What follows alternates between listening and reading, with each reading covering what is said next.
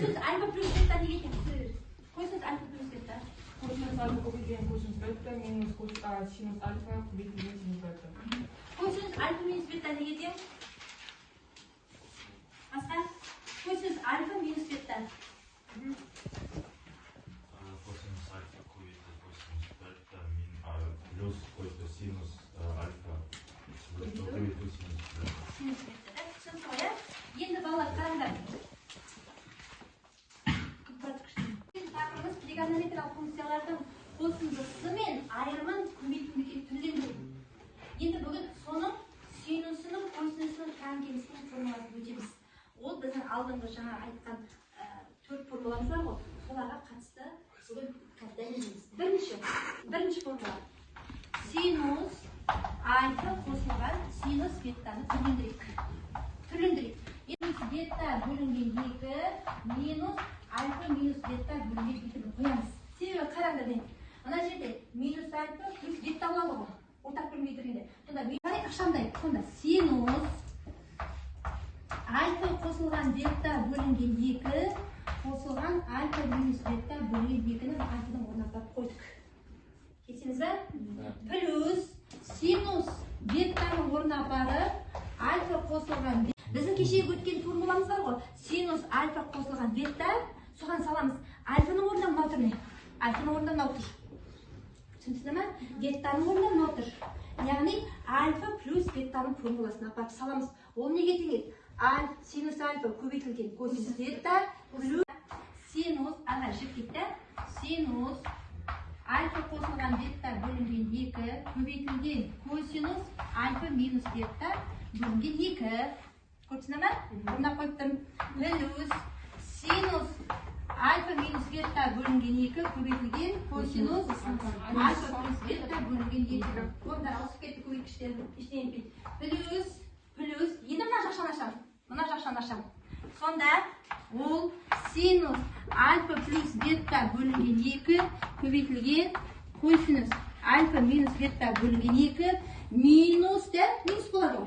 Минус синус альфа минус бетта бөлінген 2 көбейтілген косинус альфа плюс бетта бөлінген 2 болады. Міне, аштық екі жақшаны. Оңай ма осы жерге дейін? Түсіндік ба? Енді осы жерден жойылатынды жоямыз. Немене жойылады? Синус альфа минус бетта бөлінген 2. Мына жойылады. Да? Жойылады. Жойылды ма? Енді не қалды бізде? Синус альфа қосылған. Екеуі қалды? Екеуі де бар. Сонда альфа минус бетта бөлінген 2 шығады екен. Сонда ереже былай. Синус альфа қосылған синус бетта неге тең дегенде альфа екі бұрыштың қосындысының жартысының синусы мен екі бұрыштың айырымының жартысының косинусының екі еселенген көбейтіндісіне тең деген ереже шығады. Оңай ма? Бұл бірінші формула. Жазып қоямыз. Синус альфа қосылған синус бетта сонда неге тең екен? 2 синус альфа қосылған бетта бөлінген 2 көбейтілген косинус альфа минус бетта бөлінген 2-ге тең екен. Бұл бірінші формула. Екінші, осының минусын шығарайық. Альфаның орнына альфа плюс бетта бөлінген 2 плюс альфа минус бетта бөлінген 2-ні қоямыз да?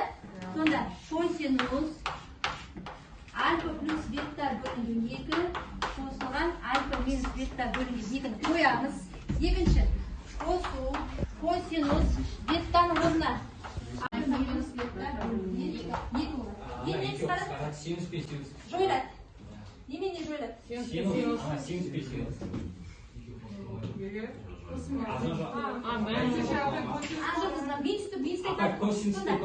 Косинустар кетеді. Не қалады сонда? Минус 2 синус альфа плюс бетта бөлінген 2 көбейтілген синус альфа минус бетта бөлінген 2. Да? Бұл үшінші формула. Төртінші формула жазып кеттік. Қазір косинус альфа плюс беттаны өтеміз. Сонда косинус альфа минус косинус бетта неге тең? Минус 2 синус альфа плюс бетта бөлінген 2 көбейтілген синус альфа минус бетта бөлінген 2. Бұл төртінші формула. Үшінші формула. Төртінші косинус альфа плюс беттаны қарайық. Минус альфа минус бета бөлінген 2. Қойдық та, бірінші шақшаны аштық. Екінші шақша минус, екінші шақшаны ашамыз енді ол косинус альфа минус бетаға келді. Солай ма? Сонда косинус альфа плюс бета бөлінген 2 көбейтілген косинус альфа минус бета бөлінген 2. Минус болып Плюс, ана алдында мына минуспен не болып кетеді? Минус болып кетеді. Синус альфа жерде қайтем бала. Тангенс неге тең? Тангенс альфа. Синус альфа бөлінген косинус альфа. Соны жазамыз. Синус альфа бөлінген косинус альфа плюс тангенс беттаның орнына синус бетта бөлінген синус косинус беттаны жазамыз. Синус бетта бөлінген косинус беттаны жазамыз. Енді ортақ бөлімге келтіреміз. Ортақ бөлімге мынаған косинус беттадан синус беттаға косинус альфадан. Сонда ортақ бөлімнің косинус альфа көбейтілген косинус бетта синус альфа көбейтілген косинус бетта плюс косинус альфа көбейтілген синус бетта. Бұл не береді? Формула береді, бұл не береді? Синус альфа бетта береді. Сонда синус альфа қосылған беттаны береді, ал бұл бөлігі сол күйінде қалады. Косинус альфа көбейтілген косинус бетта. Оңай ма? Альфа минус бетта бөлінген 2-ні қоямыз. Түсіндік па осы жерге дейін? Ары қарай ашамыз шақшаны. Косинус, айтып отырмын, альфа плюс бетта бөлінген 2 көбейтілген. Сосын не болады? Синус. Минус болады, алда минус болады. Синус. Жазын. Екіден бірден не қыламыз? Синусқа келтіреміз. Қай жерде екіден бір келді? Синус 30 градуста. Сонда бұл жерге нені қоямыз? Синус 30 градусты қоямыз. Сонда синус альфа қосылған синус 30 градус дейді. Енді оны неге салам ана? Синус альфа қосылған синус беттаға салам формулаға. Ол неге де? 2 көбейтілген синус альфа плюс 30 градус бөлінген 2 көбейтілген косинус альфа минус 30 градус бөлінген 2 қоямыз. Не осылай қалады? Оңай ма? Не осылай жазамыз? Косинус 3х қосылған косинус 2х есебін косинус альфа қосылған косинус бета формуласымен шығады. Косинус 5х көбейтілген косинус 2х деген жауапқа ие болды. Синус 10-нан 3π азайтылған синус 10-нан p-ні шығару үшін өзінің тұрақты формасына қоямын. 2 косинус альфадан азайту беттан 10-на қойғанда 10-нан 3π-ді қосамын. 10-нан p бөлінген 2 көбейтілген синус 10-нан 3π азайтылған 10-нан p бөлінген 2. Оны шығару үшін біз 2 косинусты жазып 10-нан 4p дейміз. 3π мен p-ді қосқанда 4-ке тең болады. Және де көбейтілген синус ода да солай 10 мен 2π-ден азайтамын. 3π-ден азайтамын p-ні тең болады 2π. Ол 10-нан 2π. Одан кейін 2 косинусты қайта жазып 2-ні 4-ке қысқартып, одан 2π шығып, 2-ден 10-ды қысқартып 5 шығады. Ол 5-тен π. Көбейтілген синус ол жерде 2-ні мен 2-ні қысқартып 10-нан π шығады.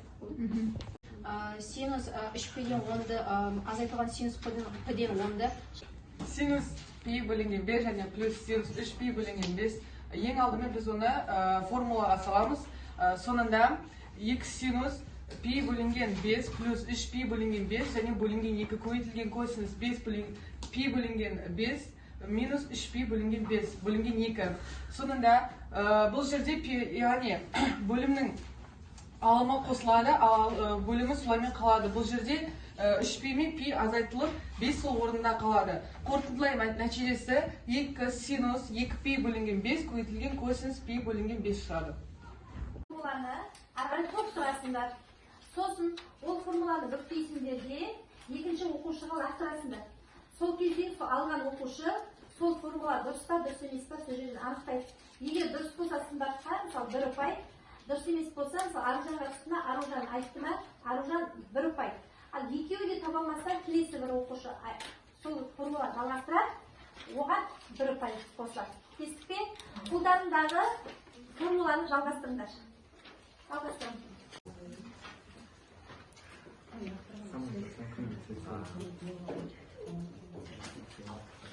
Бір минут уақыт беріледі.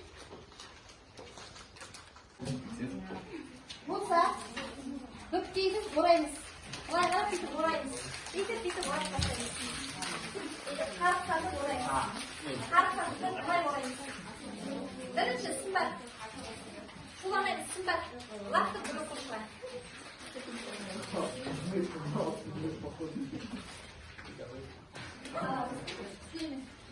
Қыдырат, оқы.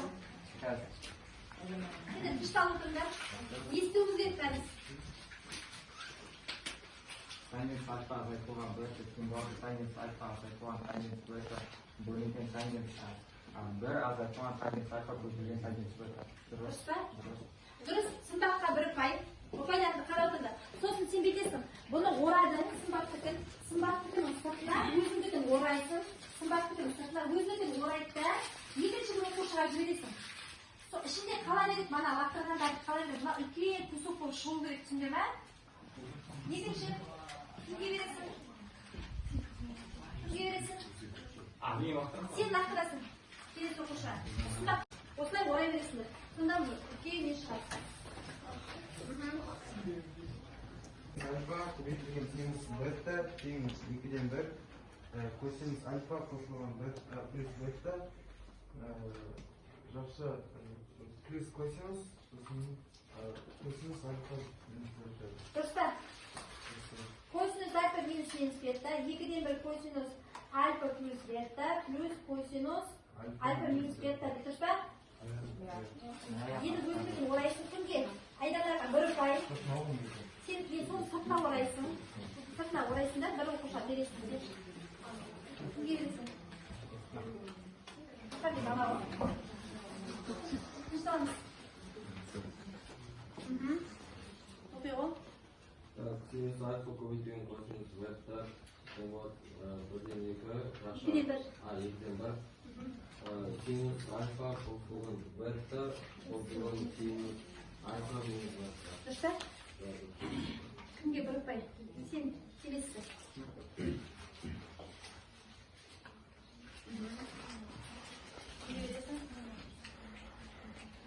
Сұрғылағалы. Келесі.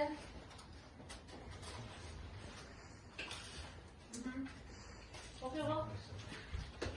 Синус альфа қосылған бета синус альфа көбейтілген косинус бета қосылған косинус альфа көбейтілген синус бета. Дұрыс па? Қандай формула? Синус альфа қосылған бета. Синус альфа қосылған бетті тең болады не болып деп тұр? Синус альфа көбейтілген косинус бета плюс косинус альфа көбейтілген синус бета. Дұрыс қой, ә? Дұрыс. Кім еді жіберген? Ақмаралға? Арғанға бір ұпай. Келесі. Өзіңдікін сыртына жасырасында жібересің. Кімге жібересің? Дұрыс па? Дұрыс. Кімге бір ұпай? Келесі. Кімге бересің?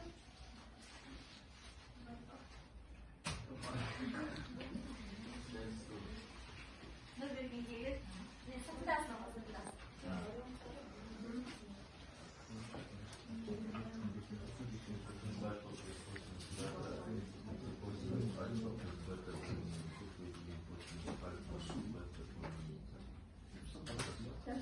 Келесі. Бір ұпай. Жоқ, бүйтесің сен бұны. Мына орайсың да. Ана сыртына орап. Орап тастамаң бала өздеріңдікі. Ішіндегісін ашпайсың тек сыртындасың аша бересіңдер да. Кімге бересің? Әтеш. Бақ сеттік. Кімге бересің?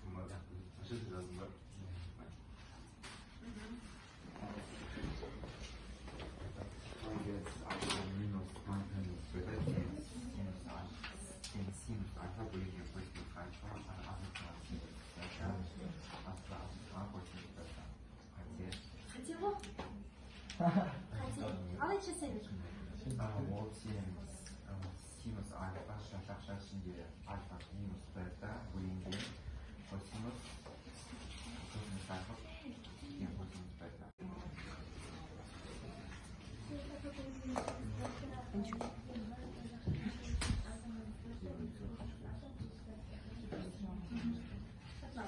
Бір ұпай.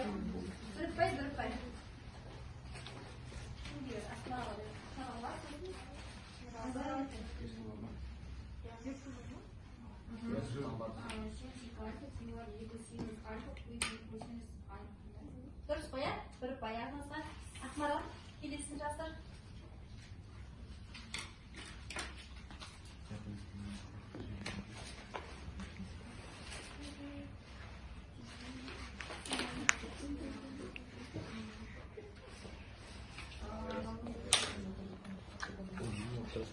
Катание нақша үстіндегі альфа қосылған бір, нақша алды. Катание альфа, катание бета, азайтылған бір, катание альфа қосылған, катание бір.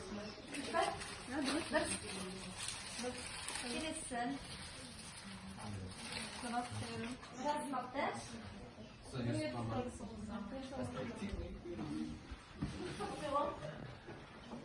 Косинус альфа минус косинус бета тең минус синус альфа қосылған бета бөлінген 2 көбейтілген 2 синус альфа минус бета бөлінген 2.